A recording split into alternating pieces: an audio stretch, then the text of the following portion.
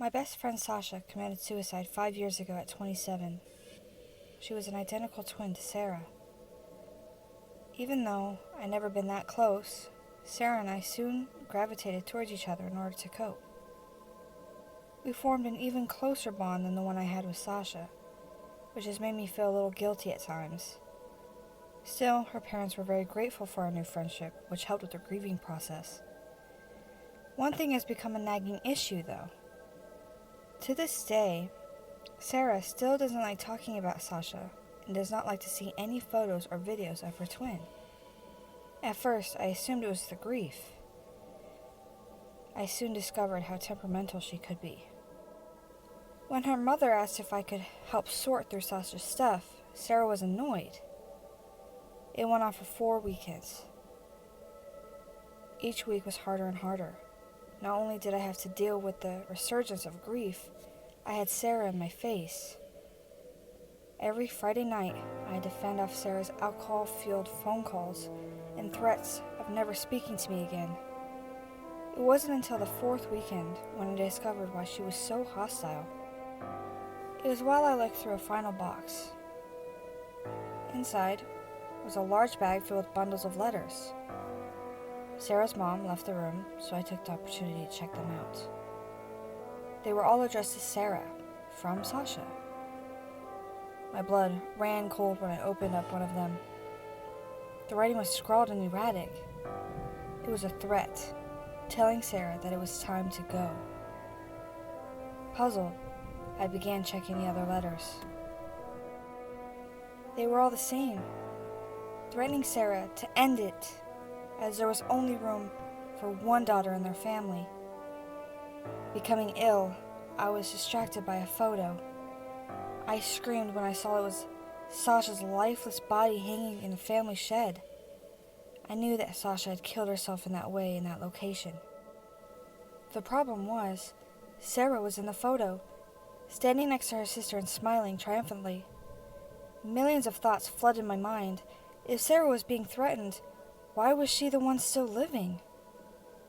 Then it hit me. Sarah was the one who died. The only reason we'd assumed the remaining twin was Sarah was the birthmark on her cheek, a pale, silver crescent moon, only a centimeter across. The fact that Sarah was a makeup artist for a film production company made perfect sense. My best friend killed her twin sister and made it look like a suicide, then took her place. While this was all dawning on me, I heard footsteps racing into the room.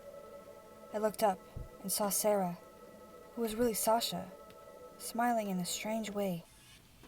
She leaned over and snatched the bag out of my hands.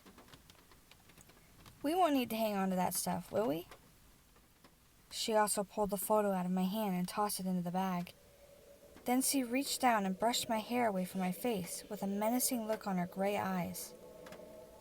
"Best friends for life, right?" she asked. Even though I knew I was in the presence of a killer, I had no idea what to do.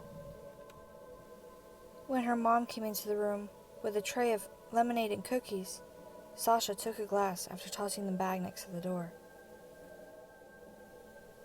"Thanks, Mom.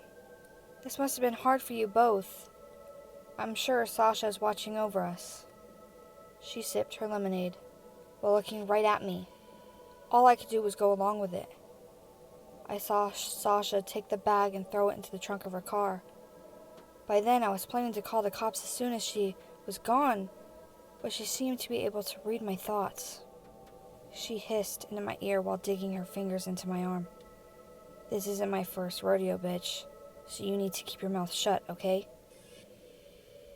Then she traced her fingers across her throat for emphasis. I nearly screamed. Over her shoulder was an apparition. It was Sarah. Her ghostly finger came up to her mouth to silence me, and I saw her slightly bent neck as she mouthed the word, "Wait." Now, I'm waiting for further instructions. Hey guys, if you liked my story, like this video, and subscribe to Exo Light, and hit that notification bell to get notified whenever she posts one of her 31 Days of Halloween videos. And happy Halloween!